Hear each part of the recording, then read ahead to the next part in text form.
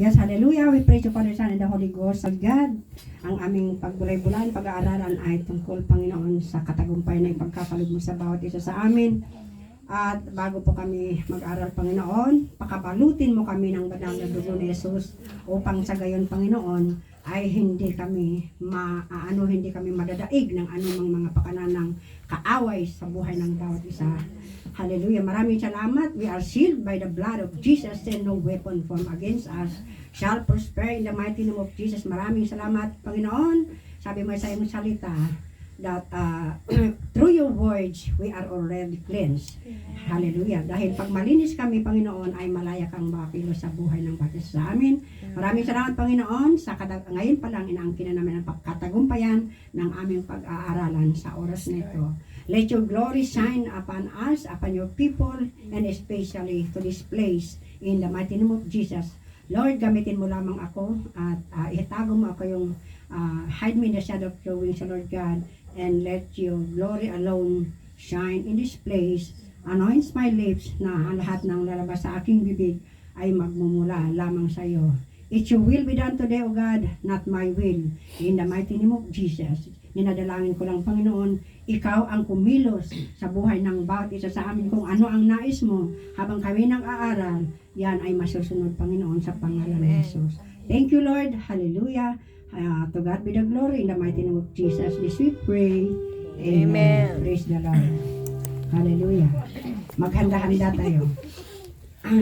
Kapag loloobin ng Panginoon ay may kung ano sa deliverance is a little bit about warfare, pero hindi pag-aaralan lang naman. Hallelujah. Ang ating pag-aaralan ngayon on paano tayo natin palalayasin ang demonyo. Amen? Ang demons ay maraming yung sinasabi na the darkness of this world, the spiritual darkness, spiritual oppression, lahat-lahat ng mga negatibo na inilalagay ng especially pagsakit karamdaman o kaya mga negative na kaisipan. Amen. Pero pag ito ay nasa sa atin ang salita ng Lord na ito ay tayo lahat ay may kakayanan na palayasin ang lahat ng pakanan ng kaaway, palayasin ang kaaway sa ating buhay. Amen. Amen. Amen. Praise the Lord. Amen. Nag-iinit ako. Praise the Lord. Amen. Hallelujah. So, the first, ang ating text ngayon is tatlong verses ang pwede natin gamitin kung meron tayong pananampalataya. Ang lahat ng salita ng Diyos na ito ay sabi nga, no weapon formed against us will prosper. Amen. Amen. Kaya sinabi niya sa kanyang salita, therefore, submit yourselves to God, resist the devil, and he will flee from you. Diba? Sabi niya, i-resist daw natin ang devil. Kasi minsan, siyempre, noon pa hindi natin alam, yung resist, ay hindi natin alam, para nagpe-pray lang tayo na pero kailangan pala i-resist. Halimbawa, yung kaibigan natin, hinihila tayo sa hindi magandang pupuntahan. Siyempre, magre-resist ka, ibig sabihin magre-resist ka, hindi yung ganun ka lang pagkatapos, hila ka na lang kasi hindi ka nagre-resist. So, pwede kang madadala kung hindi ka magre-resist. Amen. Amen. Yung battle, sabi, beloved, there is a battle raging around us, not a battle of flesh and blood, but spiritual forces that seek to steal, kill, and destroy us. Ano bang mga ano yung mga bagay na dinidestroy tayo ng enemy? Minsan, sinisira tayo ng sakit karamdaman. Minsan, sinisira tayo ng mga masamang bali-balita. Mga lies. Kasi the devil is, anong tawag doon? Siya ay sinungaling, liar. Diba? Kaya, pero sabi nga, pag marunong tayong i-resist ang devil, hindi tayo, kung meron tayong karunungan na nagmumula sa Diyos, ay hindi tayo madadala, hindi tayo manadaig. Amen. Amen. The enemy, the devil, and his demonic forces are relentless. Ibig sabihin, hindi sila tumitigil. But I tell you today that God has given us power. Binigyan tayo ng kapangyarihan through sa kanyang salita. Amen. Amen. Through the word of God, every believer has the authority and power. Kung sino man ang tumanggap sa ating Panginoong Jesus ay nabigyan na ng power and authority dahil siya, yun ang kanyang salita, di ba? Sinabi niya na binibigyan tayo ng kanyang salita, especially, di ba, sabi niya sa Luke 10:19, Luke 10:19, I have given you the authority to trample on snakes and scorpions, di ba? Authority. Binigyan tayo ng authority over every enemy. Pero, ang demonyo ay nagtetremble if they hear God's word. Alam niyo yung isang ang dami kong testimony about the word of God. Na hindi mo talaga, kung wala kang pananampalataya siguro, hindi mo talaga makakaya. Alam mo yung una, nung si Renda, hindi ko talaga makakalimutan yon. Lagi siyang nagpe-pray sa akin. Tapos, ang lakas kasi ng dala-dala niya, ang lakas ng karga.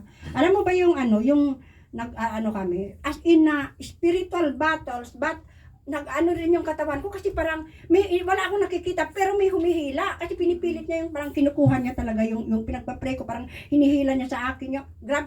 Tapos nung minsan, pero sa puso ko parang medyo may takot, pero hindi ang demonyo hindi niya nababasa ang ating isip at saka ating puso kung hindi natin babanggitin. Kaya sa isip ko lang, hindi pwede ito, sabi ko. Talaga nagre-resist ako.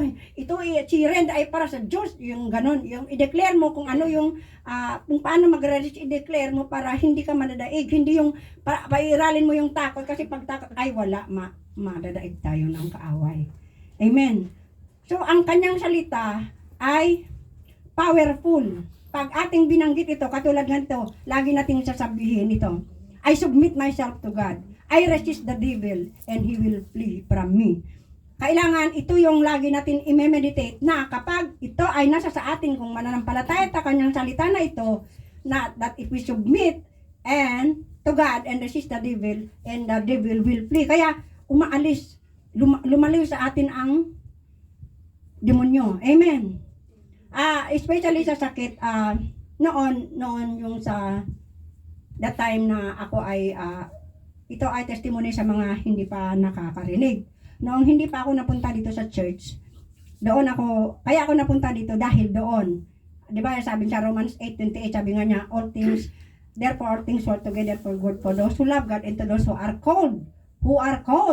Tinawag pala tayo ng Panginoon, kaya pala nangyari 'yon sa akin para mapunta ako dito, para ako ay maligtas. Kasi that time parang pero ang kabutihan ng Diyos ay nasa akin. Bakit kamo? Kasi sabi ko, Panginoon, hindi, paano na yung anak ko? Lagi kong iniisip yung anak. Kaya minsan tayo, mga ina, kailangan talaga natin, parang isang kalan din natin sa Panginoon yung anak. Kung may mga bagay katulad ng, di ba sino ba Hezekiah na hari, di ba? Tapos alam naman ng Diyos ang ginagawa natin kahit hindi pa tayo sa JCTD. Alam ng Diyos kung ano yung puso natin na gusto natin maglingkod sa Kanya, na lagi tayong, kahit wala tayo noon sa JCTD, pero ako talaga, to God be the glory, hindi ko tinataas ang aking sarili, pero sa kabutihan ng Diyos, ang Espiritu nasa sa akin, kaya ako nagagawa yun. Kaya that time, the Lord honor my prayer na hindi pa ako, kaya ako dinala pala dito, kasi meron pala siyang purpose. Kaya pala nangyari yun sa akin na muntik ako namatay dahil I seek God's help because I do believe na ang Diyos ay tutulungan ako dahil din alam niya ang kalagayan ng aking anak kung ako ay maagang mawala. Sabi ko sa Panginoon, Lord, paano na yung anak ko? Hindi siya wala siyang future. Pag wala na ako, wala siyang future. Praise the Lord. At pinakinggan ng Diyos ang aking panalangin dahil ginamit ko yung kanyang promise. Diba? Anak niya tayo. Tayo ay, lahat dito ay anak ng Diyos. Amen. Amen. Kaya, there is power in the Word of God. Yan ang isa sa mga weapon natin upang the enemy will flee from us. Use the Word of God. I-shortcut ko na lang kasi napakahaba nitong aking pinag-aaralan kagabi. I-shortcut ko na lang para mas magsaya yung meron tayong magpa-praise lang tayo mag-worship tayo sa Panginoon. Amen. Amen. Submit yourself to God, which is the devil. Submit God. We have God goes against the willful proud. So kailangan ibig sabihin pag tayo ay mag-submit sa Lord, andun na rin yung humility and total surrender to the will of God. Amen. Kasi magkasama yan pag nag-submit tayo sa Panginoon, magkasama din yun para yung kaaway ay lalayo sa atin, i-resist din natin yung devil.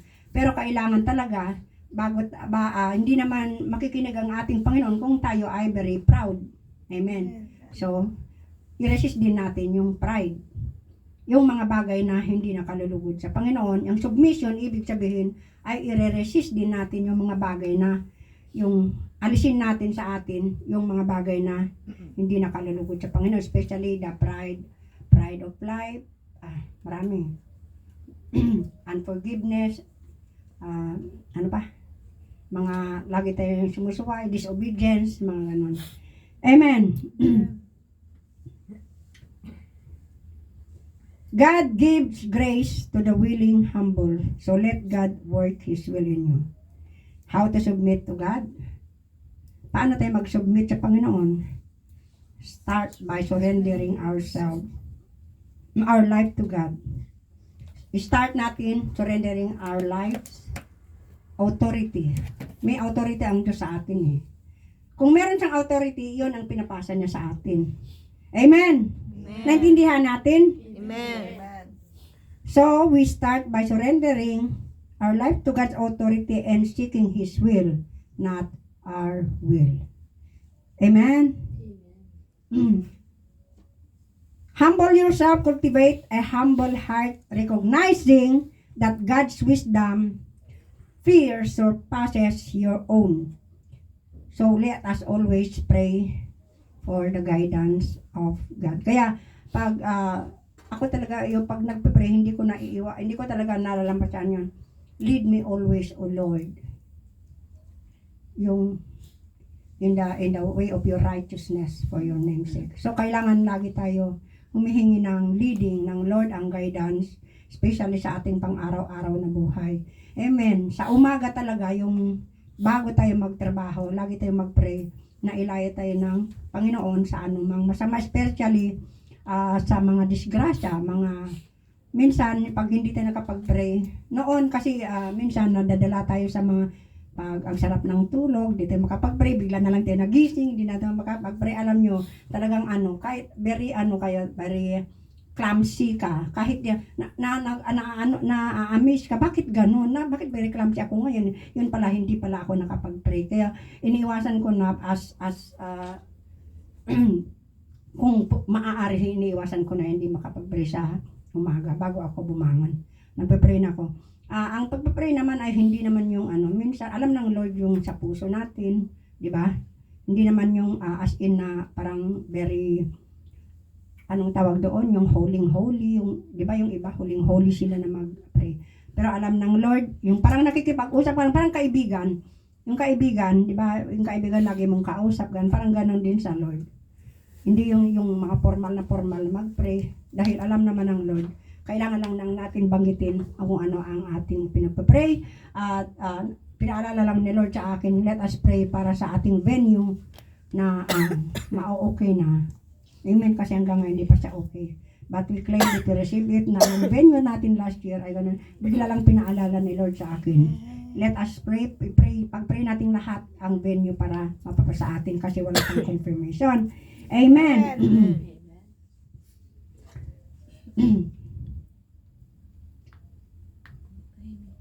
God's guidance in decisions and actions, submitting your plans to His will. Lahat ng plano natin, susubmit natin sa Panginoon. Ano ba yung verse na yun?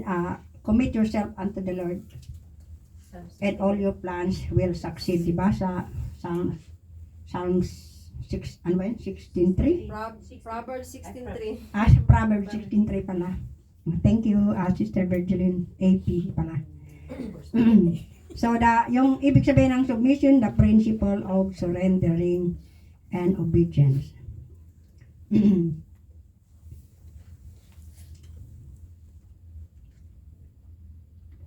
Ito ay, itong verse na ito, it is not just a suggestion or an encouragement, but a divine command. Diba? Sabi niya, submit yourself to God. Diba? Command.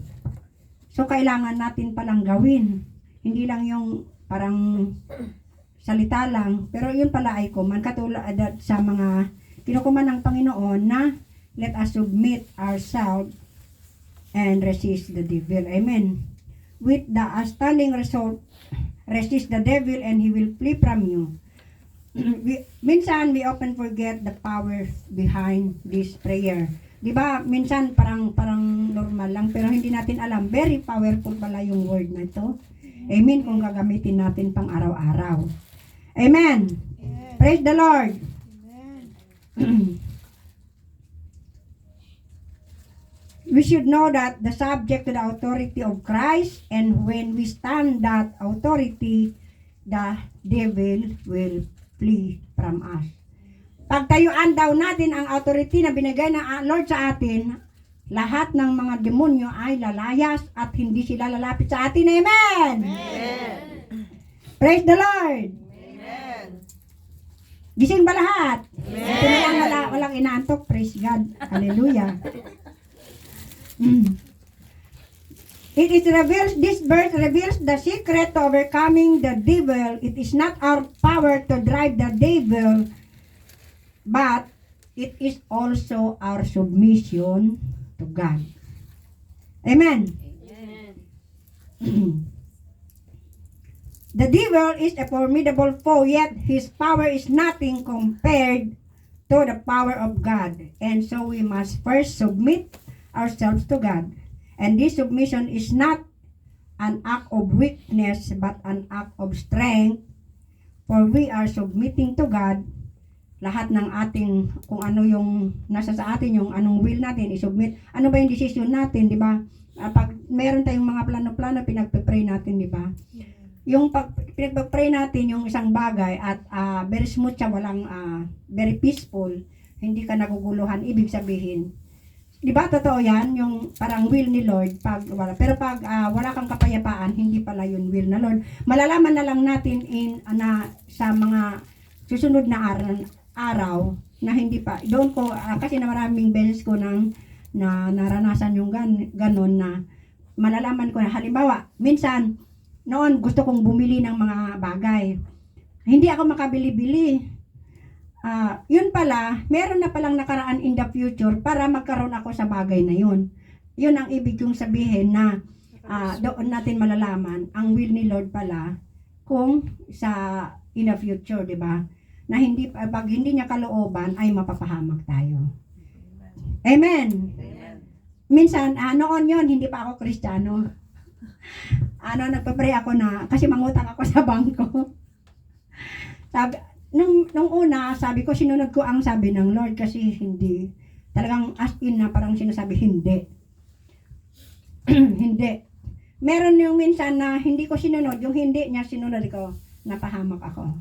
Alam mo yung mga pamangkin ko, napahamak talaga ako, inutangan ko sila, doon ako napahamak. Kaya doon yung, kahit hindi pa ako noon born again, pero alam ng Lord yung puso ko na lagi akong sa kanya, alam niya yung puso ko na gusto kong maglingkod sa kanya. Kaya totoo talaga yung mga bagay na pag hindi will ni Lord ay mapapahamak ka. Doon, great lesson sa akin kasi muntik ako na, alam mo ba yung, yung parang breakdown, mabe-breakdown ako noon yung nanginginig ako, parang alam mo yung gano'n pa yung magbe-breakdown.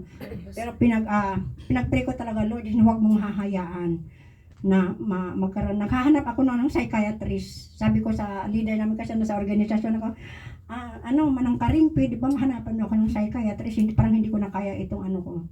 Magbe-breakdown ako eh. Nagsisik ako, parang hindi ko maintindihan. Ganun pala yun.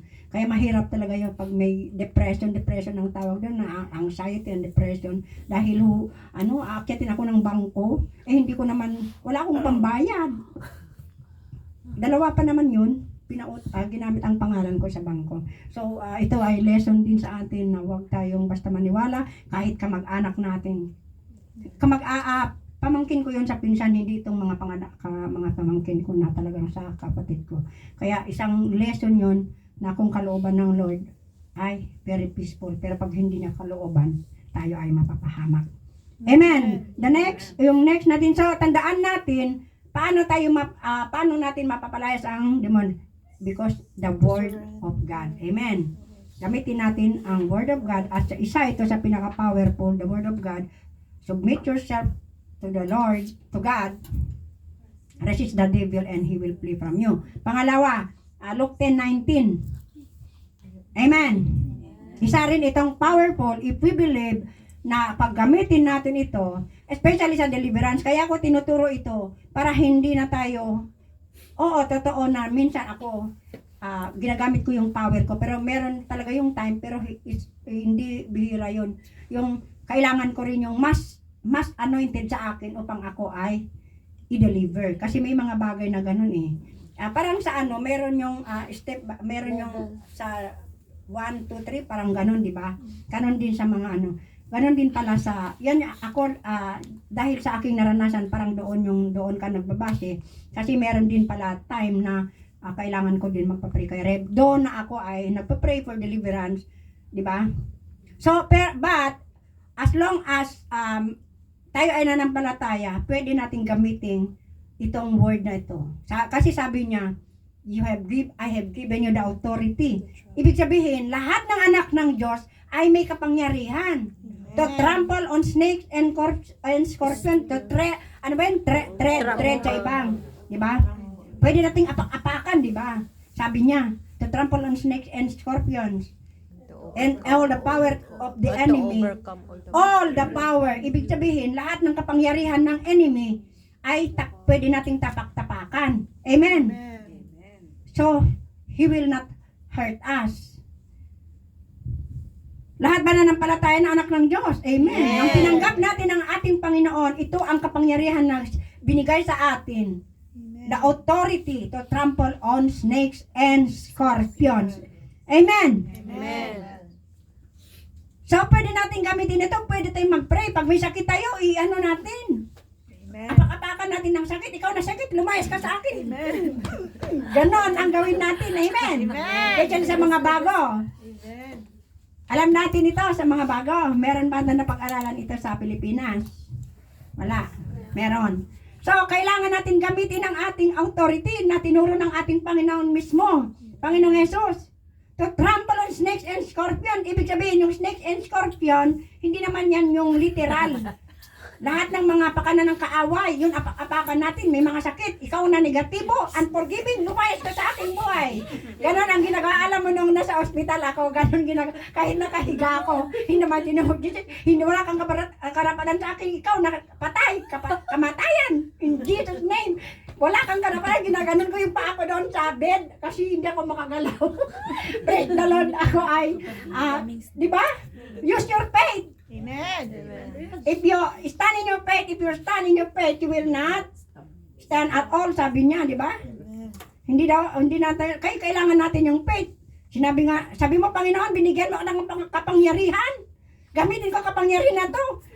Hindi pwede na hindi ako makagalaw in Jesus' name. Di ba? Kailangan ganun ang gawin natin with power, hindi yun. Oy, lumayas ka. Di ba? Hindi kasi yung nagpa-pray sa ibang di ba, sa ibang church. Wala silang I pray na ganito. Wala, kasi hindi ka pakakinggan. Katulad ng anak, pag matigas ang ulo, pag hindi mo sinigawan, hindi nakikinig. Yung alaga ko nga, sabi ko, Daniel, bakit? Makinig. Ganun, bigla siyang ganun. Hindi ako, parang ini-ignore ba ako? Ganon din ang demonyo. Ini-ignore tayo pag yung mahina yung boses natin. Kaya pag itong deliverance, kailangan talaga lakasan natin. Amen. Yung galit ka, lumayas ka, sasabihin natin, di ba? Praise the Lord. At kung meron, ang ginagawa ko pag ini-examine, lahat tayo ini-examine natin ang ating sarili. Minsan nga sinatanong ko sarili ko, meron ba unforgiving dyan in the mighty name of Jesus? So, lumayas ka. Binubulol ko yun. Ginaganon ko talaga. So, let us use the power and authority that Jesus has given unto us to trample on snakes and scorpions and to overcome all the power. So, ibig sabihin, lahat ng pakanan ng kaaway ay kaya natin palayasin. Amen. Praise the Lord. Hallelujah. Amen. Glory to God. To God be the glory. Next time na lang yung Tapos, number 3 na lang. Yung sa number 3 na verse na gamitin natin is 1 John 4:4. Di ba sabi niya sa 1 John 4:4 ay greater is He that is in us than Satan who is in this world. Basahin nga natin yung buo sa 1 John 4:4. Kasi paborito ko talaga ang mga verses na ito. Di ba? Kasi kapag tayo ay, sabi nga, anak daw tayo ng Panginoon. Di ba? You dear children. My children. You, dear children, balaan natin. You, dear children, are from God and have overcome them. Because the one who is in you is greater than the one who is in the world. Amen. Amen. Paborito ko talaga ang mga prayers ito. Kasi scriptural prayers ay napakaganda. Pagkatapos, kaya sabi niya, ang dugdag nito, so no weapon formed against us will prosper. Amen. Wala nang sandata pa na, ano yung Tagalog ng, hindi na sandata yung madadaig ng anumang sandata. Amen. Hindi ko alam Tagalog eh. Hindi, yung sa verse na Isaiah 54:17 kasi yun. No weapon formed against you shall prosper, and every tongue that accuses you, you shall condemn. Di ba? Sa inutusan tayo, you shall condemn. Pwede pala natin i-condemn yung mga nag-accuse sa atin. Pag si Satan ninakis tayo, di condemn natin si Satan. Di ba? Sa Isaiah 54:17, yun yung pwede mong idagdag dito. 17. Mula ngayon, wala nang sandatang lalaban sa iyo. Kaya ito ang ang mga word of the Lord na gamitin natin, at isa pa ang pangalan Jesus. Lagi natin ang pangalawa pala doon sa dito sa verse ng yung sa isa, in the name of Jesus. Lagi natin the power and authority because of the name of Jesus. So number 1, the word of God in the name of Jesus. Gamitin natin ang pangalan ni Jesus upang the enemy will flee from us. Amen. Praise the Lord. Hallelujah. 1 John 4:4, asan ka na? This verse tells us that we overcome the world and its evil system. Do we believe that? We can overcome the world. Amen. Ito ang kanyang salita. Ito ang kanyang pangako. Dahil tayo ay anak ng Diyos. Bilang anak ng Diyos. Lahat dito ay anak ng Diyos. And the believers of Christ. Sabi niya, tinuturo sa atin that we are overcomer of the world. For the one who is in us is greater than the one who is in the world.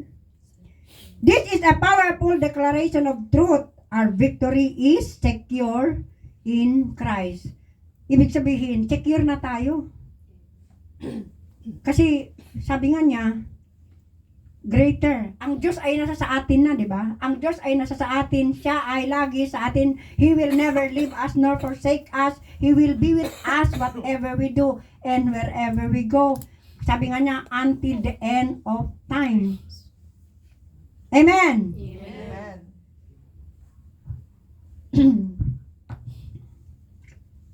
So,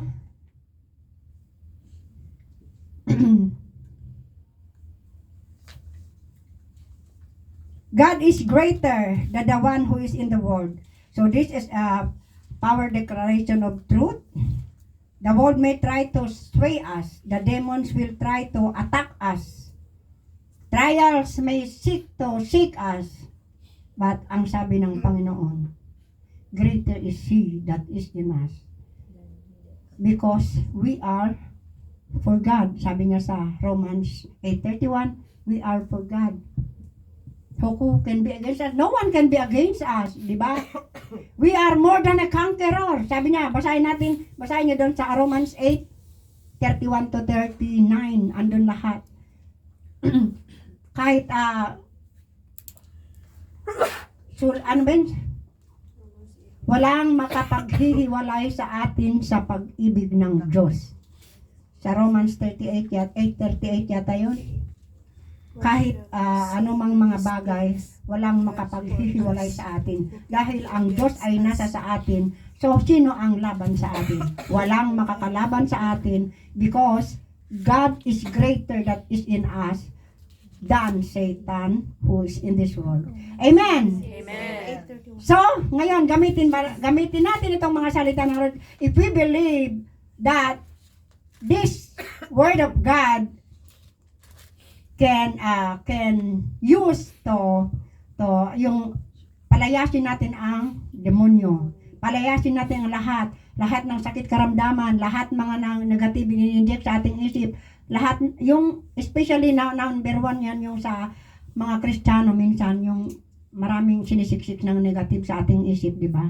Pero huwag tayong padadaig. Alalahanin lang natin ang salita ng Diyos na ito. Lahat ng mga salita ng Diyos, tayo ay lalayasan ng demonyo. Amen. Praise the Lord. For the glory of God, I am a living testimony of how God is good to me because of His words na lagi kong ginagamit araw-araw. Huwag nating kaligtaan ang gamitin ito, yung salita ng Diyos, especially this one, pang araw-araw natin para hindi tayo madadaig. Ilayo tayo sa anumang kapahamakan. Ibigyan tayo ng mas ng wisdom kung paano mas maganda gawin. Magpasakop lang tayo sa Panginoon. Sabi nga, submit ourselves to God, resist the devil, and he will flee from us. Amen.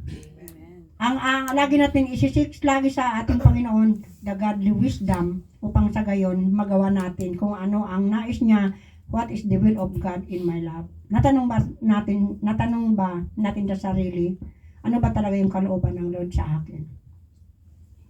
Amen. Ito, tinatapos ko na ang aking itong katuruan at naway ay magiging mga salitang ito ay magagamit natin sa ating pang-araw-araw na buhay. Ito ang iiwan ko sa inyo. Gamitin natin ito. Lahat tayo ay deliverer. Di ba? Sabi nga, Jesus Christ the deliverer.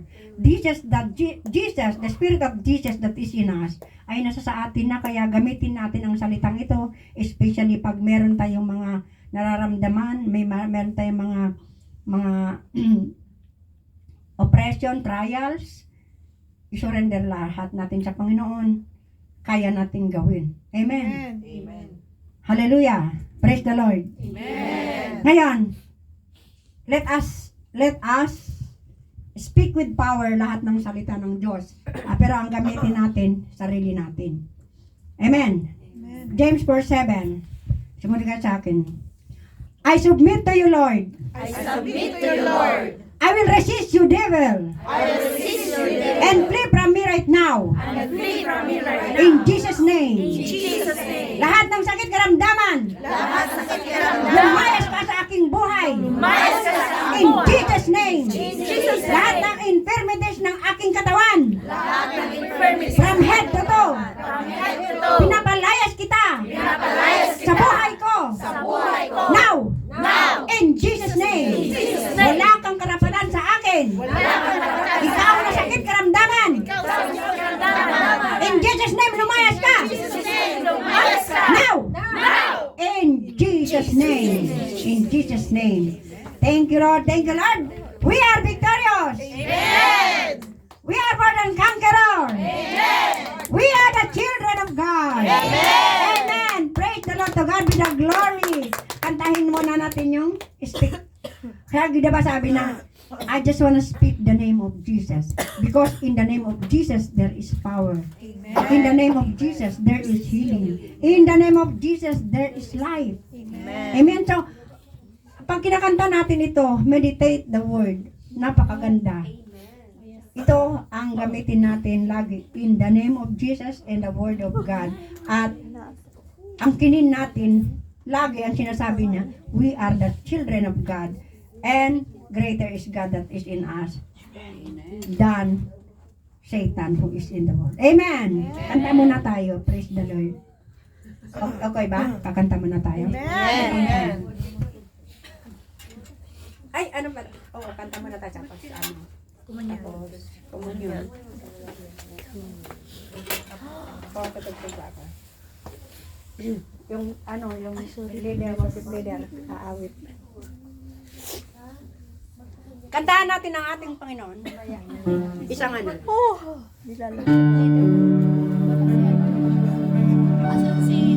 Magkumunyan kayong dalawa ni Sis Ann. Kayong dalawa ni Sis Ann, magkumunyan kayo. Speak the name of Jesus over every heart and every mind. Sorry. 'Cause I know there is peace within your presence. I speak Jesus.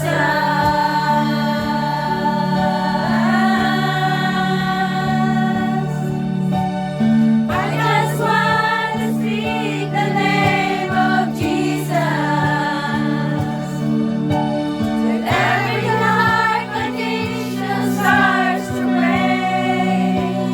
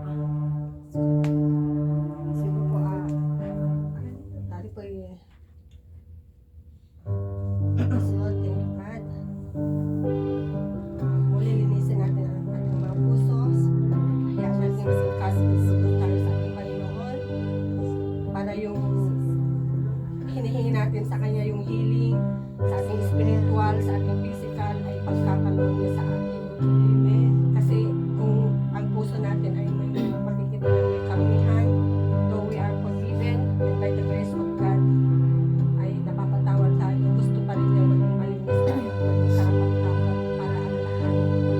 Kasi namatay siya para sa atin. He died on the cross for us. He is the gift and the giver. Siya yung nagbigay ng panibagong buhay sa atin. Na dapat natin laging inaalala, pinagpapasalamat. Yes, thank you, God. Yes, as I received from the Lord, I offered unto you. On the night when Jesus betrayed, he took a bread. And after he gave thanks, he then said, "This is my body which is for you. Do this in remembrance of me." And in the same time, after supper, he took a cup and said, "This cup is the covenant of my blood. Drink this in remembrance of me. For whoever eat this bread and drink this cup will proclaim the Lord's death and his coming again." Hallelujah, Lord. Thank you, God, for your unconditional love. Thank you, God. Hallelujah. Kainin natin yung bread. Kainin natin yung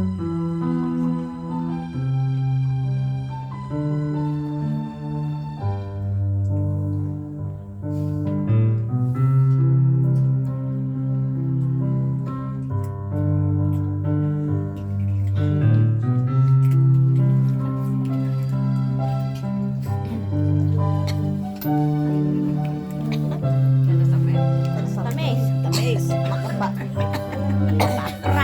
Sapit pa ng gayat ko kay. Yakapin natin Sapit pa ating na gayat ko. katabi. Yakapin daw.